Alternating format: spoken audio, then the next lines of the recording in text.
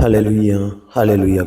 Mungu akubariki. Karibu katika kipindi chetu cha kujifunza neno la Mungu. Nikukaribishe tukajifunze pamoja ili tupate kubarikiwa. Biblia inasema watu wanaangamizwa kwa kukosa maarifa.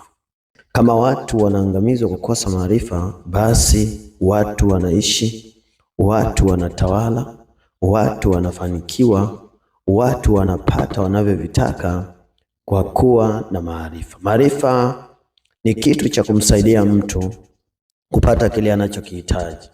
Maarifa ni nguvu ya kutawala, ni nguvu ya kumiliki. Kwa hiyo kama una maarifa, manake ukikosa maarifa umekosa msaada, ukikosa maarifa umekosa nguvu. Kwa ni vizuri tukajifunze kwa neno la Bwana ili tukapate kuwa na maarifa ya kutusaidia katika maisha yetu. Biblia inasema kwamba katika kitabu cha Mathayo sura ya 12 mstari wa 29 imeandikwa, ama awezaje mtu kuingia ndani ya nyumba ya mtu mwenye nguvu na kuviteka vyombo vyake, asipomfunga kwanza yule mwenye nguvu, ndipo atakapoiteka nyumba yake. Biblia inazungumzia kwa habari ya mtu mwenye nguvu. Biblia inazungumzia kwa habari ya mtu mwenye nguvu. Huyo mtu mwenye nguvu ana vitu, ana watu. Huyu mtu mwenye nguvu, na anasema mtu anawezaje kuingia katika nyumba yake? Mtu anawezaje kuingia katika mji wake? Mtu anawezaje kuingia? Huyu mtu anataka kuingia afanye biashara. Huyu mtu anataka kuingia afanye huduma. Huyu mtu anataka kuingia apate ndoa. Unapokwenda katika ule mji, fahamu kwamba kuna mwenye nguvu wa hivyo vitu. Kwa hiyo kuna vitu unavyovitaka.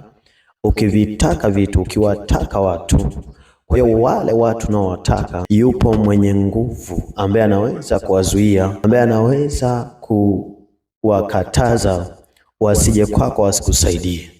Kwa hiyo tunapaswa kufahamu yupo mwenye nguvu katika eneo, yupo mwenye nguvu katika mji, katika kila eneo, katika kila mji. Kwa vile vitu unavyovitaka ambao umeviona, huwezi kuingia. Biblia inasema mpaka mfunge kwanza mwenye nguvu, ndipo utakavyoviteka vyombo vyake. Kwa hiyo leo ni siku ya kwenda kuomba, kufanya maombi ya kumfunga mtu mwenye nguvu. Naenda kumfunga mtu mwenye nguvu. Mtu mwenye nguvu ni roho ya uovu inayotenda kazi ndani ya watu. Ni rulers of the spirits, anayetenda kazi ndani ya wana wa kwasi. Pia Biblia inamueleza huyu mtu mwenye nguvu katika kitabu cha Waefeso sura ya 2 mstari wa 1 hadi wa 2. Neno linasema, nanyi mlikuwa wafu kwa sababu ya makosa na dhambi zenu ambazo mliziendea zamani kwa kuifuata kawaida ya ulimwengu huu, na kwa kumfuata mfalme wa uweza wa anga, roho yule atendaye kazi sasa katika wana wa kuasi. Tafasiri zingine zinasema kwamba ni rula, mtawala wa roho zote chafu, anayetenda kazi ndani ya wana wa kuasi. Kwa hiyo unapokuwa naomba kwa habari ya biashara yako, unapokuwa naomba kwa habari ya huduma yako, unapokuwa naomba kwa habari ya ndoa yako, unapokuwa naomba kwa habari ya kilimo au kwa habari ya mafanikio yako, unapaswa kuifahamu ama kuijua siri hii ya ajabu kabisa, kuwa yupo mtu mwenye nguvu ambaye anaweza kumzuia mtu asipate mafanikio. Kwa karibu ombi ya kumfunga huyu mtu mwenye nguvu katika jina la Yesu Kristo. Naenda kutumia neno la Mungu. Biblia inasema katika kitabu cha Mathayo 18 mstari wa 18 imeandikwa kwamba tumepokea mamlaka ya kufunga lolote.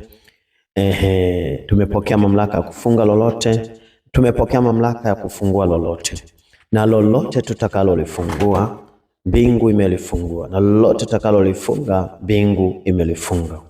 Kwa hiyo tunayo mamlaka tuliyomwamini Yesu Kristo ya kufunga na kufungua, na mbingu imetuamini. Kufunga ni kuzuia, mbingu imetuamini kumzuia, kwamba tunao uwezo, tunayo mamlaka ya kumzuia huyo mtu mwenye nguvu. Arabashin talaka parababa ribo sayan talaka payan.